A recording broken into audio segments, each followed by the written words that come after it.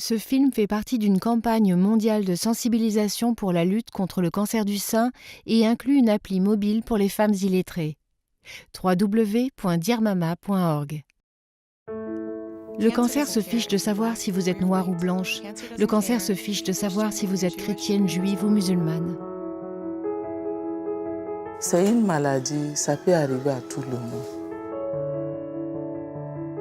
Et ça m'a beaucoup aidé d'avoir tant de soutien et d'aide.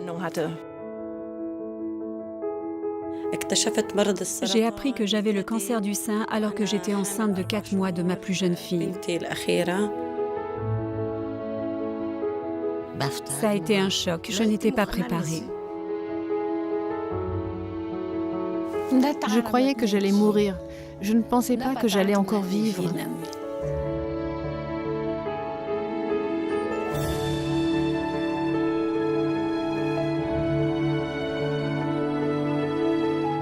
Ce film recueille les voix de femmes vivant avec le cancer du sein en Afrique, au Moyen-Orient et en Europe. Le point de départ fut un atelier tenu à la mer Morte avec des femmes juives, musulmanes et chrétiennes. Nous nous sommes ensuite rendus auprès de médecins, infirmières et époux. Suivez-nous dans notre aventure.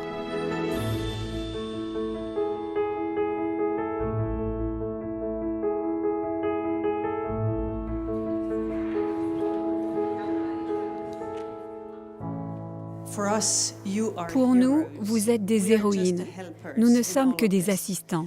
Et c'est en partageant votre histoire aujourd'hui et demain que des centaines de milliers, si ce n'est des millions de femmes du monde entier, découvriront qu'elles sont atteintes du cancer du sein à un stade précoce. Et le plus important de tout, elles disposeront de modèles tels que vous pour voir que nous pouvons parler ouvertement du cancer.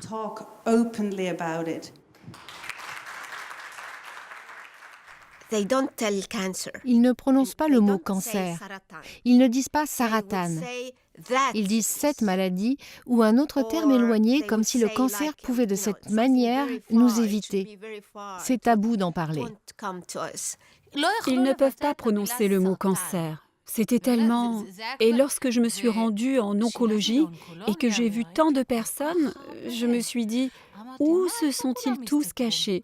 J'avais l'impression qu'ils sortaient de leur grotte. Je l'ai vu lui et elle et lui. Et il y avait de tout, des personnes de tous âges. C'était vraiment triste.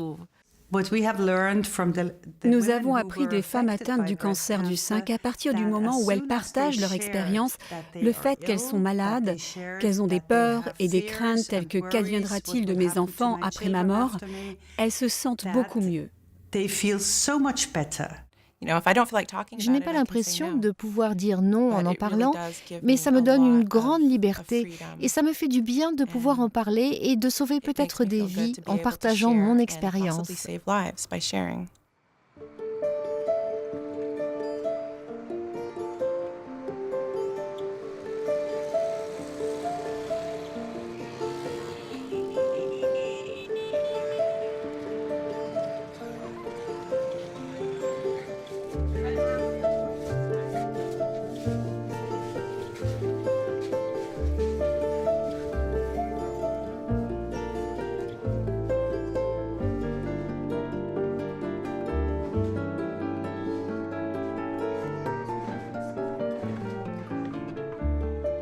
Réellement, il y a beaucoup de femmes qui viennent ici avec des signes de problèmes de sein.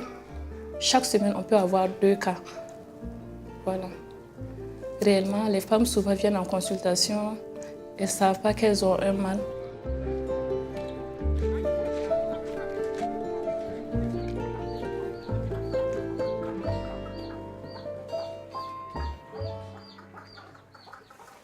Au début, j'étais sous la douche.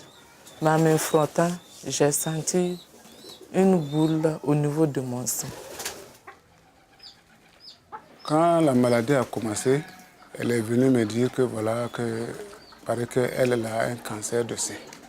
Si ce n'est pas la maladie de ma femme là, qui m'a montré que, bon, en tout cas, il y a cancer de sein, bon, moi je ne savais pas.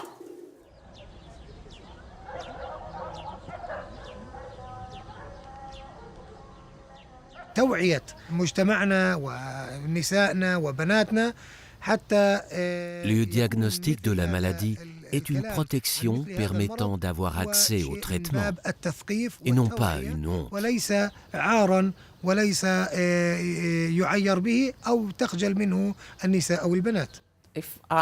Si je pouvais atteindre toutes mes congénères du monde entier, je les encouragerais à surmonter la honte, notamment lorsqu'il s'agit de se faire examiner par une autre personne.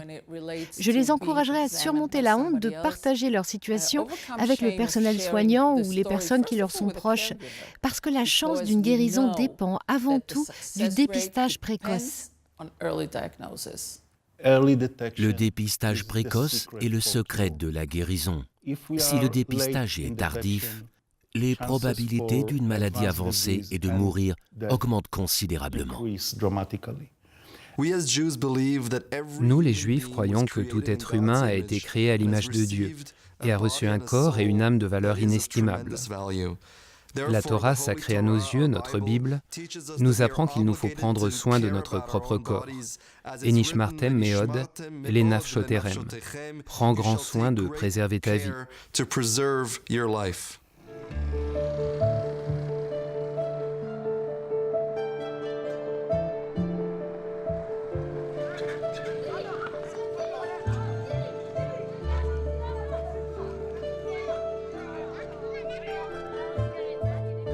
Le médecin a dit qu'il va falloir enlever le sein. Et encore une fois, faute de moyens financiers, j'ai mis du temps pour aller subir l'opération. En tout, j'ai fait environ 5 mois avant d'être opérée. Je croyais que j'allais mourir. Je ne pensais pas que j'allais encore vivre. La première des questions qu'aucun médecin ne veut répondre, c'est est-ce que je vais mourir? Ça, c'est des questions qu'on entend souvent. Mais le problème des femmes ici, quand vous dites à une femme qu'elle va mourir de son cancer du sein, elle ne reviendra plus le lendemain. Elle va partir, elle se dit que c'est fini, donc elle ne reviendra pas faire son traitement. Mais on prend le temps de leur expliquer, c'est une maladie qui est grave, mais c'est une maladie qui a des moyens pour être traitée. Il est primordial de savoir qu'un traitement ne se limite pas à l'opération, la chimiothérapie ou la radiothérapie. C'est la combinaison de différentes modalités. De nos jours, la plus grande partie de notre traitement consiste à essayer d'administrer un traitement aussi simple que possible.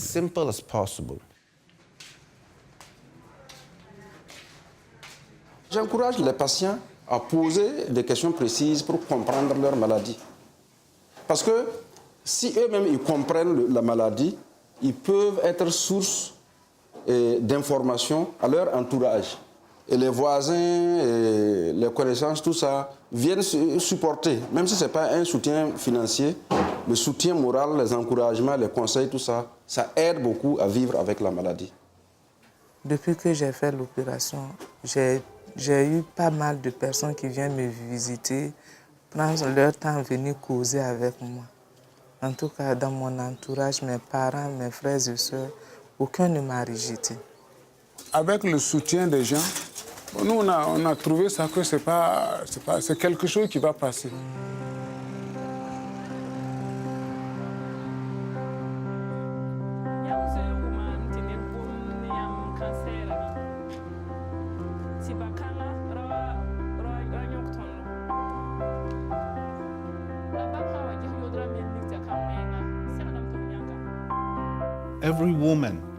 Toutes les femmes devraient s'examiner, non pas chaque jour, mais à intervalles réguliers, toutes les semaines, au plus tard tous les mois.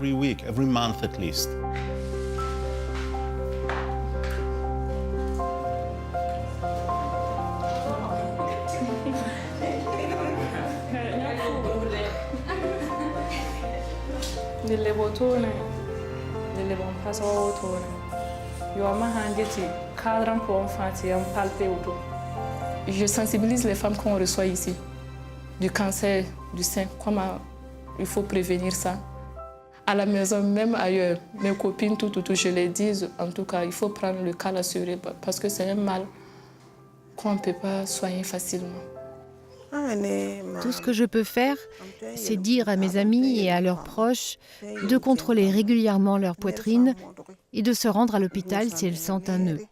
S'il s'agit effectivement d'un cancer, Un dépistage précoce peut non seulement induire un traitement meilleur, mais également éviter que la maladie ne se propage. C'est la solution, parce que si le cancer s'étend, il sera difficile à traiter. Les femmes ne s'occupent pas suffisamment d'elles. Elles prennent soin de leurs enfants, de leur époux, de leur famille entière, mais pas d'elles. Et c'est une grave erreur.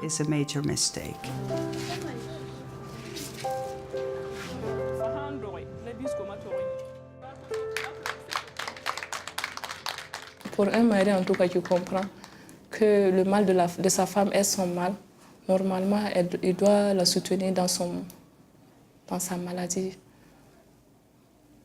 Financièrement, moralement, tout.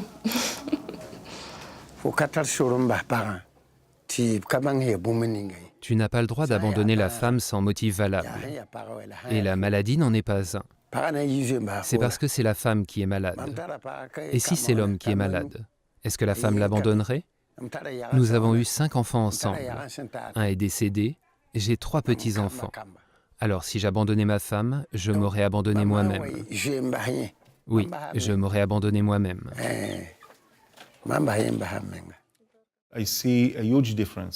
Je vois une différence flagrante entre les femmes qui reçoivent l'aide de leur famille, de leur époux, et celles qui sont seules. Une différence considérable. Elles ont de bien meilleures chances de guérir et de surmonter la maladie.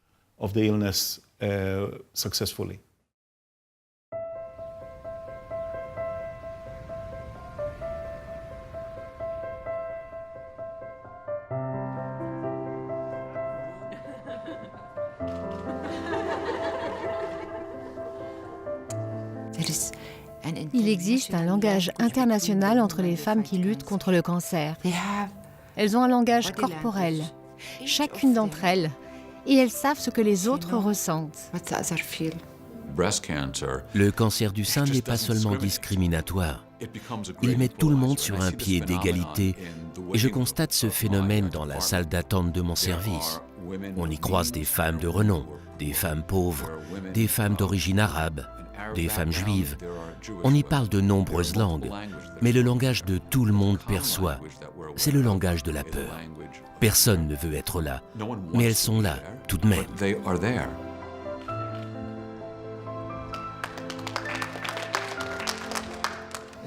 Ici, elles se laissent aller. Vous voyez que l'apparence ne compte pas, ni les vêtements, avec ou sans foulard, séculaires ou religieuses, éthiopiennes, arabes, juives. Lorsque les femmes veulent parler, elles savent comment s'y prendre. Elles ont des choses à dire, elles ont une présence.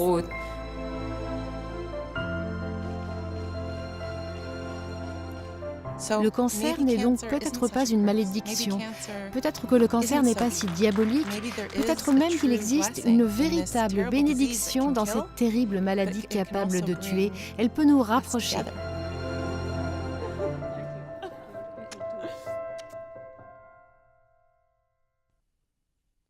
Trois ans plus tard.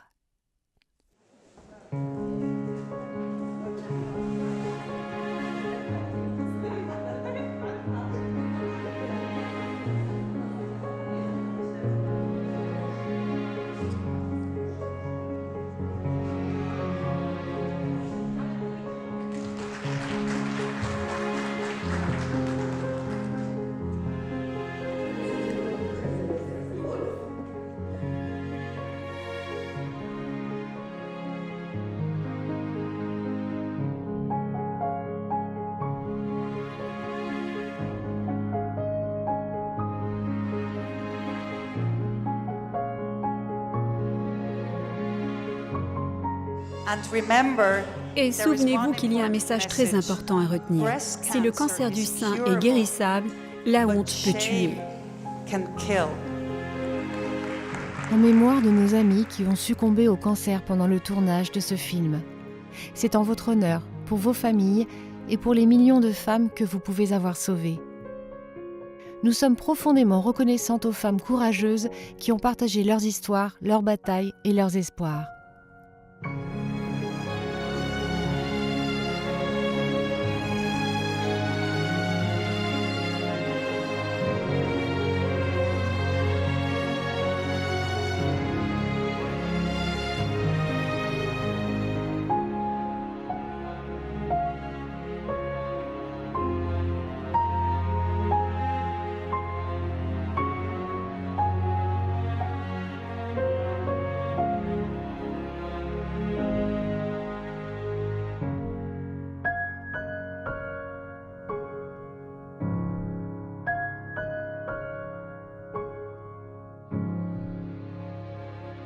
Informations de base et fiables sur le cancer du sein, la sensibilisation et l'autodépistage. Gratuite avec notre appli Dear Mama, disponible en différentes langues et pour la première fois pour les femmes illettrées. Téléchargez l'appli dès à présent depuis Google Play Store et partagez-la avec toutes vos amies.